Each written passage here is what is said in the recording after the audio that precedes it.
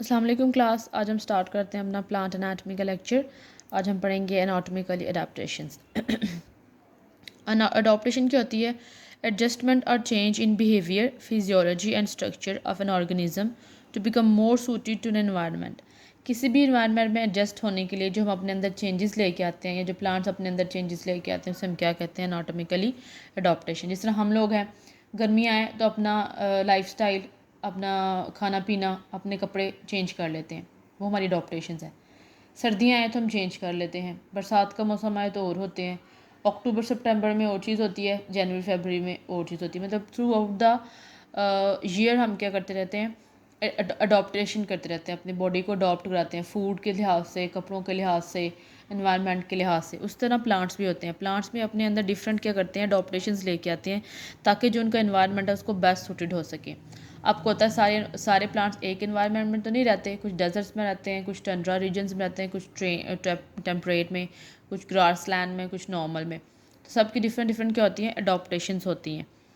दो तरह की मेन एनाटॉमिकली अडॉप्टेशंस होती हैं। एक होती है structural adaptation, second one is behavioural adaptation. Structural adaptation क्या होती है कि आप कुछ चीज़ बिल्ड कर लें, अपने एनवायरनमेंट को सूट करने के लिए आप कुछ चीज़ बनाएं, ठीक है, कुछ बिल्ड करें।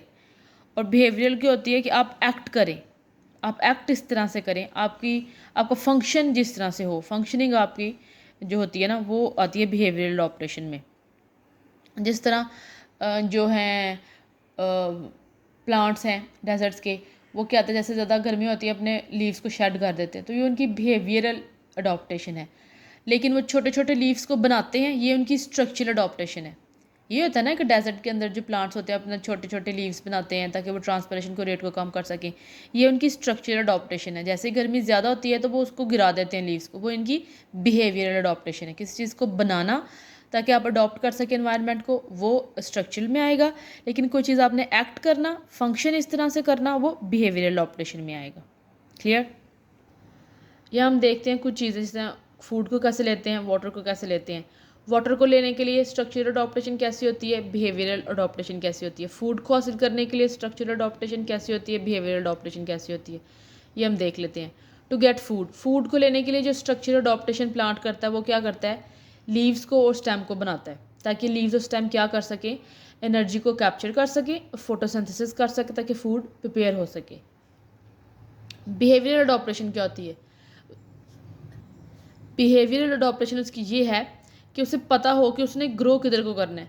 उसने लाइट की तरफ ग्रो करना है, रूट ने सॉइल की तरफ ग्रो करना है। अगर वाइन्स हैं, बेलें वगैरह हैं तो उन्होंने क्लिम्प करना है, किसी चीज़ के ऊपर चढ़ना है। इंसेक्टिवोरस हैं तो उन्होंने इंसेक्ट्स को कैप्चर करके अपना फूड लेना है। क्लियर? स्ट्रक्चर में क्या आ गया कि वो लीव्स और स्टेम को बनाएंगे। बिहेवियर में क्या आ गया कि वो उसको ग्रो कैसे कराएंगे? सन की तरफ ग्रो कराएंगे, सॉइल्स को रूट की तरफ ग्रो कराएंगे। पानी लेना हो तो रूट्स बनी हुई है, इसके लिए रूट्स बनाई हैं ताकि वो क्या कर सके? वाटर को सोक कर सके। बिहेवियरल चेंजेस क्या होती हैं? हमें पता है कि जो डेजर्ट फ्लावर्स होते हैं वो डोरमेंट रहते हैं लेकिन तभी एक्टिव होते हैं जब रेन होती है। ये इसकी बिहेवियरल चेंज है। पानी लेने के लिए जो स्ट्रक्चरल चेंज है वो रूट का बनना है। बिहेवियरल चेंज में आपको क्या एग्जांपल दे रही हूँ कि जो डेजर्ट के फ्लावर्स होते हैं वो डोरमेंट रहते हैं, बस तभी लिविंग होते हैं जब रेन होती है क्योंकि पानी तभी अवेलेबल होता है। ये उनकी क्या है? बिहेवियरल चेंज है। उसके बाद आ जाए रिप्रोडक्शन पर। रिप्रोडक्शन पे आ जाए। रिप्रोडक्शन में सबसे पहला क्या स्ट्रक्चरल चेंज है कि जो प्लांट्स होते हैं वो कलर्ड फ्लावर्स बनाते हैं। उनकी पेटल्स बड़ी कलरफुल होती हैं जिसकी वजह से बीज, इंसेक्ट्स, बर्ड्स क्या होते हैं उनकी तरफ अट्रैक्ट होते हैं, नेक्टर्स को लेते हैं और उनके सीड्स को पोलिनेट करा देते हैं। फ्लावर को क्या कर देते हैं? पोलिनेट कर देते हैं। दूसरी ऑपरेशन क्या है? सीड का बनना। सीड बनेगा तो रिप्रोडक्शन होगी ना। सीड का बनना भी क्या है? एक रिप्रोडक्शन की स्ट्रक्चरल अडॉप्टेशन है। ये आपको एमसीक्यूज में आ सकता है कि डिस्पर्सल ऑफ सीड या नेक्टर या कलर फ्लावर होना कौन सी अडॉप्टेशन है? स्ट्रक्चरल अडॉप्टेशन है या बिहेवियरल अडॉप्टेशन है? क्लियर? बिहेवियरल अडॉप्टेशन क्या होती है कि प्लांट सीड को शेड कर देते हैं, गिरा देते हैं। जब प्लांट अगर सीड को गिराएंगे नहीं, अपने साथ अटैच रखेंगे, तो नया प्लांट कैसे बनेगा? उसकी स्ट्रक्चरल बिहेवियर क्या है कि वो सीड को बनाए, और स्ट्रक्चरल उसकी अडॉप्टेशन क्या है कि वो सीड को बनाए और बिहेवियरल अडॉप्टेशन क्या है कि वो सीड को शेड कर दे। क्लियर। डिफेंस मैकेनिज्म में क्या होता है, अगर प्लांट ने डिफेंस करना है तो उसके लिए वो क्या करेगा, स्ट्रक्चरल अडॉप्टेशन के अपने ऊपर स्पाइंस बनाएगा, थ्रॉन्स बनाएगा, कांटे बनाएगा, प्रिकल्स बनाएगा, ब्रिसल्स बनाएगा। इस तरह के स्ट्रक्चर होंगे तो वो अपने आप को प्रोटेक्ट कर सकता है। कांटेदार चीज़ को हम भी हाथ नहीं लगाते, एनिमल्स भी कांटेदार चीज़ को नहीं खाते, तो प्लांट अपने आप को क्या कर रहा है, प्रोटेक्ट कर रहा है अपने इस स्ट्रक्चरल अडॉप्टेशन से। डिफरेंट एरिया की डिफरेंट स्ट्रक्चरल अडॉप्टेशन होती हैं। यहाँ हम डिफरेंट बायोम्स के हिसाब से, डिफरेंट एरियाज़ के हिसाब से उनकी अडॉप्टेशन को देख लेते हैं। सबसे पहले देखते हैं हम डेजर्ट की अडॉप्टेशन। डेजर्ट की अडॉप्टेशन क्या होती है, उनके स्मॉल लीव्स होते हैं और स्पाइंस होते हैं। कि लीव्स क्या होते हैं, बहुत छोटे छोटे से होते हैं, जितना बड़ा लीव होगा उतनी ज़्यादा ट्रांसपेरेशन होगी, उतनी ज़्यादा पानी वेपोरेट होगा, और डेजर्ट के प्लांट ये अफोर्ड नहीं कर सकते, इसलिए वो अपने ऊपर क्या बनाते हैं, स्मॉल लीव्स और स्पाइंस बनाते हैं।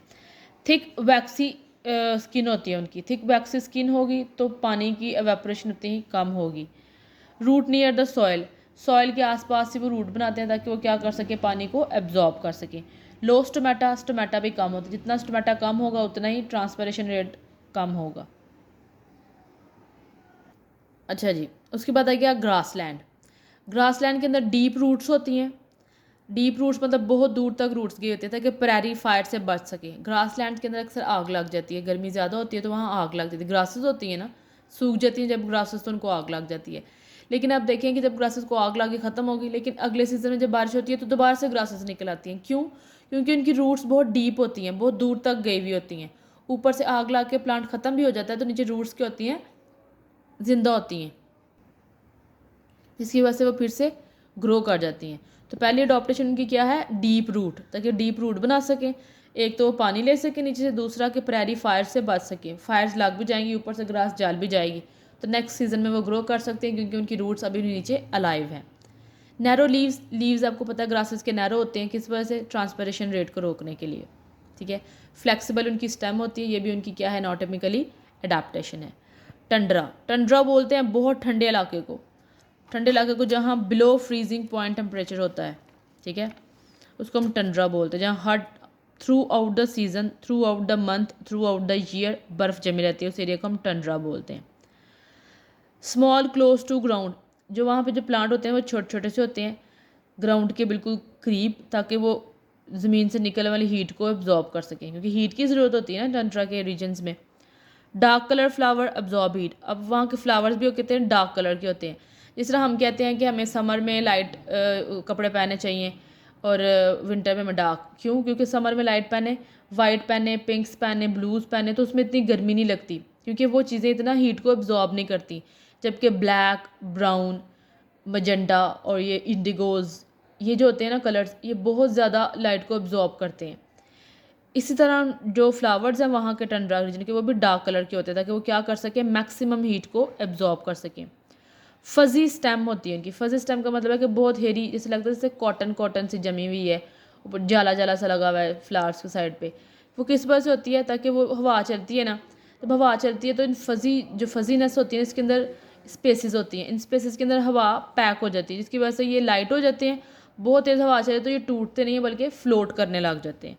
तो एयर से प्रोटेक्ट करने के लिए भी इनके पास अडॉप्टेशन होती है, वो कौन सी होती है, फजी स्टेम। क्लियर।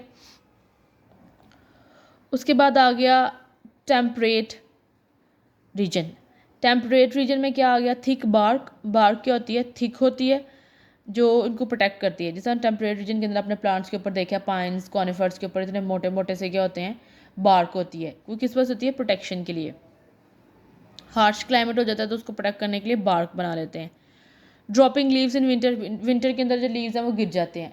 इसकी रीज़न क्या होती है, विंटर के अंदर हर चीज़ की ग्रोथ स्लो होती है, आपकी ग्रोथ भी नहीं हो रही होती, ठीक है, प्लांट्स की ग्रोथ भी नहीं हो रही होती, क्योंकि सनलाइट नहीं मिल रही होती। सनलाइट नहीं मिलेगी तो फूड प्रिपेयर नहीं होगी, फूड प्रिपेयर नहीं होगी तो ग्रोथ नहीं होगी, ग्रोथ रुकी हुई होती है। तो अगर लीव्स रहेंगे, ठीक है, लीव्स उस टाइम में रहेंगे, लेकिन लीव्स काम तो नहीं कर सकते क्योंकि लाइट, सनलाइट ही नहीं है, लेकिन वो फूड को कंजर्व तो करेंगे, खाएं पिएंगे तो सही, प्लांट से उनको एनर्जी की ज़रूरत है। तो जो प्लांट्स क्या करते हैं, टेम्परेरी जिनके, सर्दियों में आके अपने लीव्स को शेड कर देते हैं ताकि उन पर कम से कम प्रेशर हो, जो उनके अंदर फूड स्टोर है उनके सेल्स के अंदर, वो विंटर में यूज़ कर लेते हैं। जैसे स्प्रिंग आता है, पत्ते निकलना शुरू करते हैं, समर आता है, ग्रोथ स्टार्ट हो जाती है। ये भी इनकी क्या है, अडाप्टेशन है। हाइड्रोफाइट्स जो पानी के अंदर रहते हैं उनकी एडॉप्टेशन क्या है, फ्लेक्सिबल स्टेम होती है।